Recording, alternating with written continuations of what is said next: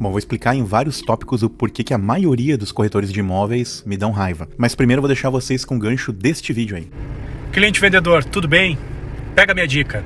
Se o seu imóvel estiver fora de preço, ou seja, acima de preço de mercado, não adianta ator, não adianta voo de drone, não adianta fotos profissionais e nem a melhor imobiliária do mundo. Ele não vai vender.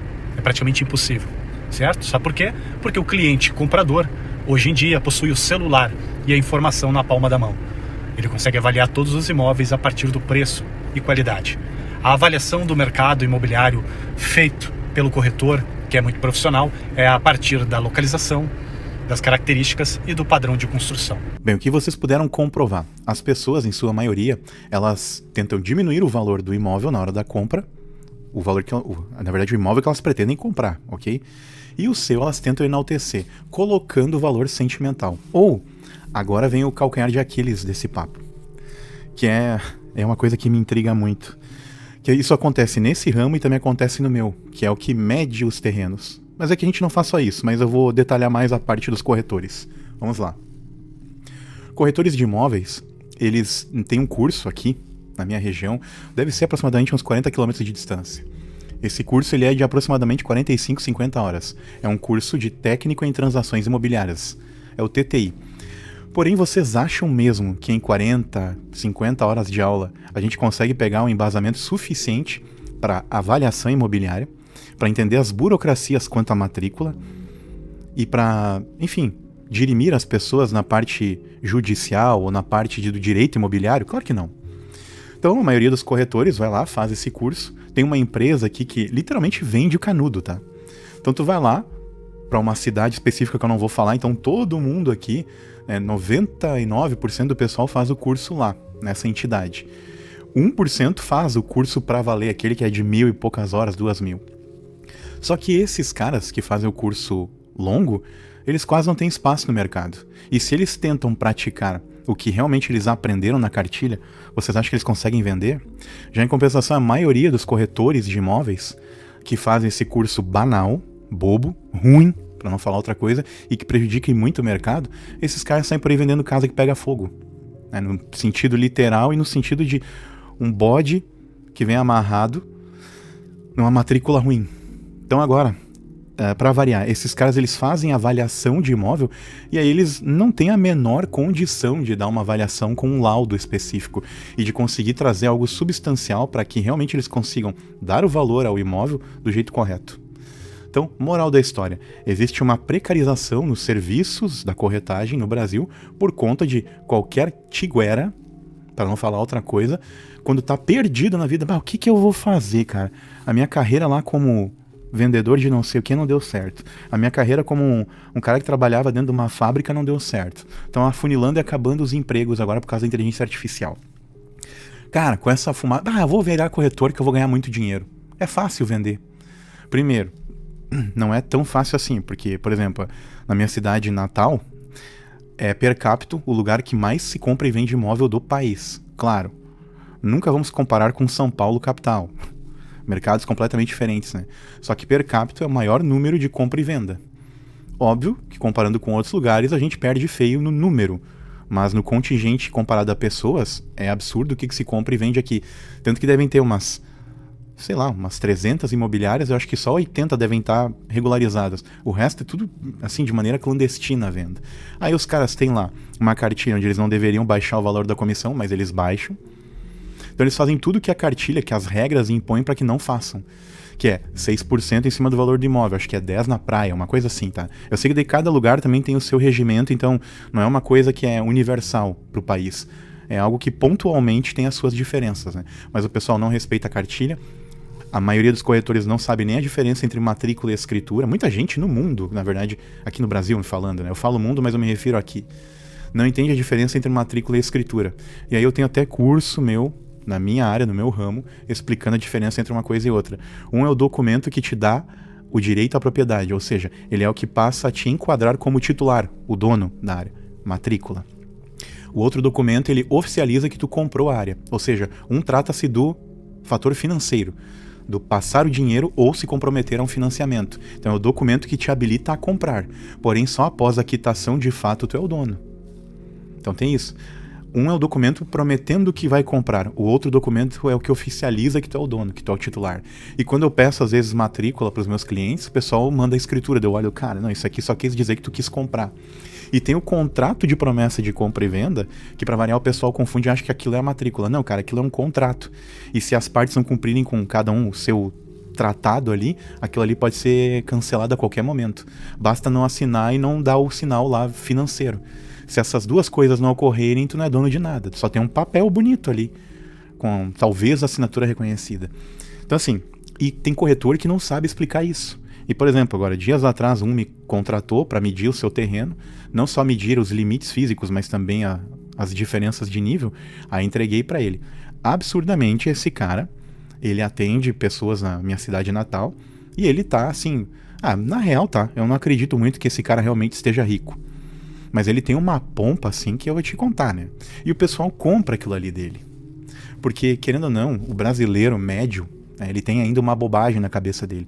Ele julga que a pessoa, por ter um carro, que às vezes está lá uma bíblia para pagar, financiado, e tem gente que vai dizer, tá com inveja. Não, eu tô falando a verdade. A verdade ela é essa. As pessoas compram a carcaça. As pessoas compram um rótulo bonito. Mas por dentro o líquido não é bom. Então o cara tá lá, devendo até a alma pro capiroto, andando com um carro bacana, né? Tendo um lugar lá, uma imobiliária num lugar pomposo e bacana. Contratou pessoas, talvez a um peso que ele nem consiga pagar, mas isso é problema dele, né? E que bom se ele conseguir pagar, tudo certo. Tirou essas pessoas de lugares que estavam lá 10, 15 anos e colocou para trabalhar lá com ele. Não sei como que o xalalá foi tão bom de iludir, mas enfim, se enganou até outros parentes dessa pessoa, imagina ela. Uma pessoa que trabalha 15 anos ou 20 no mesmo lugar e não tem a ciência de que, será que eu não tô há muito tempo num lugar sem aprender nada, sem evoluir? Levou 15 anos para despertar para isso e pensar, vou trocar de emprego. Sei lá, né? Enfim, às vezes realmente, analisando melhor as coisas, o problema nem tá na pessoa que se iludiu. Talvez ela comprou mesmo a história, ela sentou na graxa igual um pato, né? Porque quis também. E daqui a pouco faz parte do time, tá lá junto no embrólio. Mas enfim, o que eu gostaria de tecer a vocês hoje, o que a gente vê? É uma total desqualificação de vários setores. No ramo das engenharias tem cara picareta pra caramba, fazendo serviço ao qual ele estudou 40 horas aula no curso dele de engenharia civil.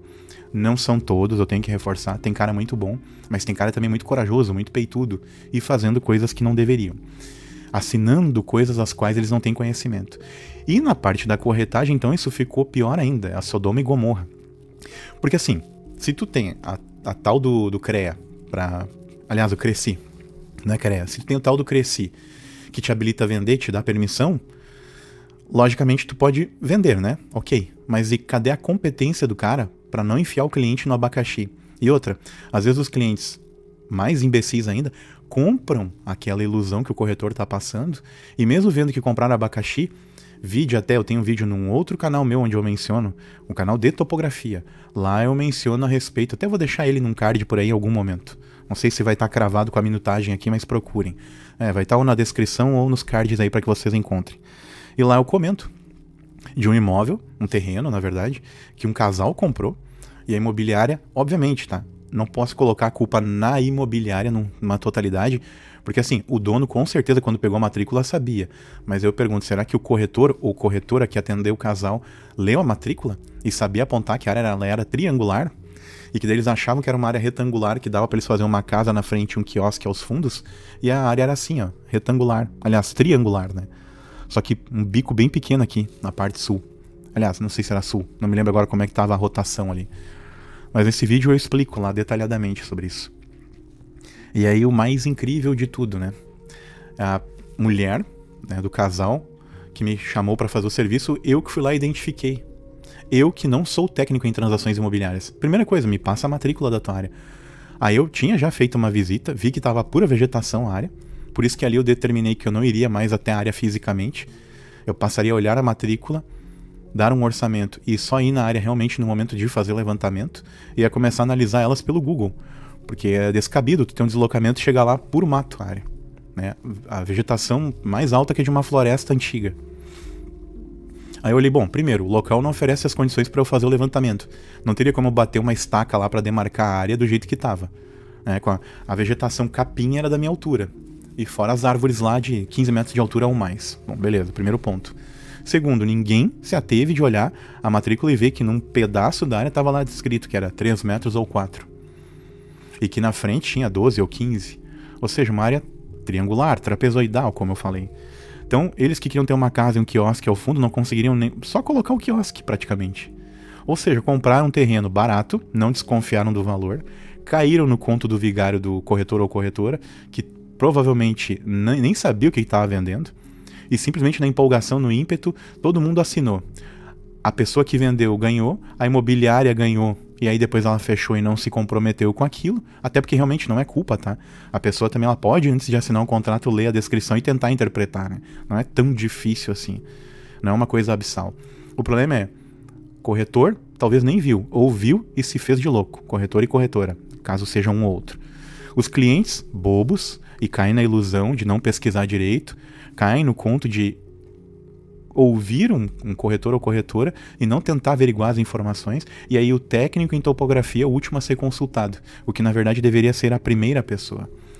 Então o que eu digo pra vocês hoje é, por isso que eu tenho raiva da maioria dos corretores. Eu pego pessoas que eu gosto pra caramba e que estão nesse meio e vejo eles falando umas bobagens assim, daí eu olho, tá, mas onde é que tu tirou isso aí, ô fulano ou fulana?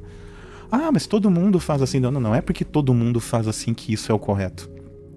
Foi que nem um dia eu vi de uma pessoa a qual eu tenho muito respeito, muita consideração, já tem seus quase 70 anos de idade. Um dia essa pessoa virou pra mim e falou, nossa, o fulano fez um laudo lá pra gente, do imóvel. Cara, tinha 60 páginas. Eu falei, sim, mas é que ele fez um laudo de verdade. Ah, o que a gente faz é de 2, 3 folhinhas. Pois é, o que tu entrega hoje lá na tua empresa é um papel de pão.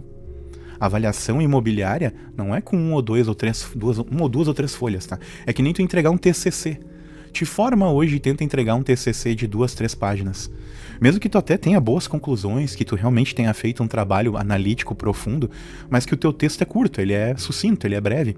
Vocês acham mesmo que numa bancada vocês teriam algum tipo de respeito por entregar um laudo curto? Não. Na hora, por mais que tu fizesse a melhor apresentação do mundo, tecnicamente e na oratória, se tu não entrega provas substanciais, teu trabalho caiu por terra. Não tem valor aquilo ali. A mesma coisa eu quando eu faço meu trabalho de topografia. Dependendo do material que eu entrego em prancha de desenho ou memorial descritivo, eu não tenho substâncias. Ainda mais se eu não tiver outros arquivos que eu não menciono aqui. Porque senão fica um conteúdo chato, teórico demais. Então, os motivos pelos quais o mercado ele tá assim, onde tu tem que explicar para o cliente, tem que fazer trabalho de conscientização, dizendo para ele que tu tá errado em colocar esse valor. Da mesma maneira, eu acho mesmo, de fato, tá? Eu não torço pro mal de ninguém, mas quando eu vejo esse tipo de atitude no mercado, eu olho e dou risada e penso, cara, tem cliente que tem mais é que se ferrar mesmo. No sentido de, vocês são tontos em não averiguar as coisas. Vocês são bobos em não ir mais a fundo. É disso que eu trato nesse canal. É disso que eu gosto de comentar. Todo mundo, na maioria das vezes, é raso. Raso a ponto da água bater na altura do tornozelo. Ninguém tenta se aprofundar em nada. Ninguém.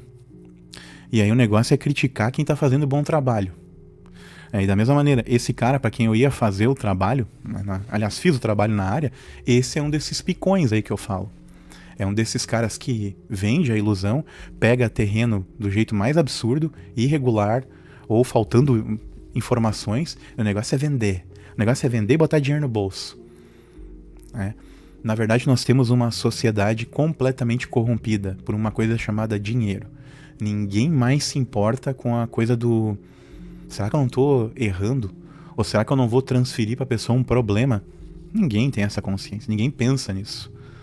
Todos estão preocupados somente, eu vou encher o meu bolso e dane-se. Gostaria muito que você desse um apoio olhando os links na descrição desse vídeo e procurando algumas informações, tanto de cursos e também, obviamente, o Pix para contribuir para este canal, para que o projeto se perpetue. Também fique com os outros vídeos que estão disponíveis para vocês agora.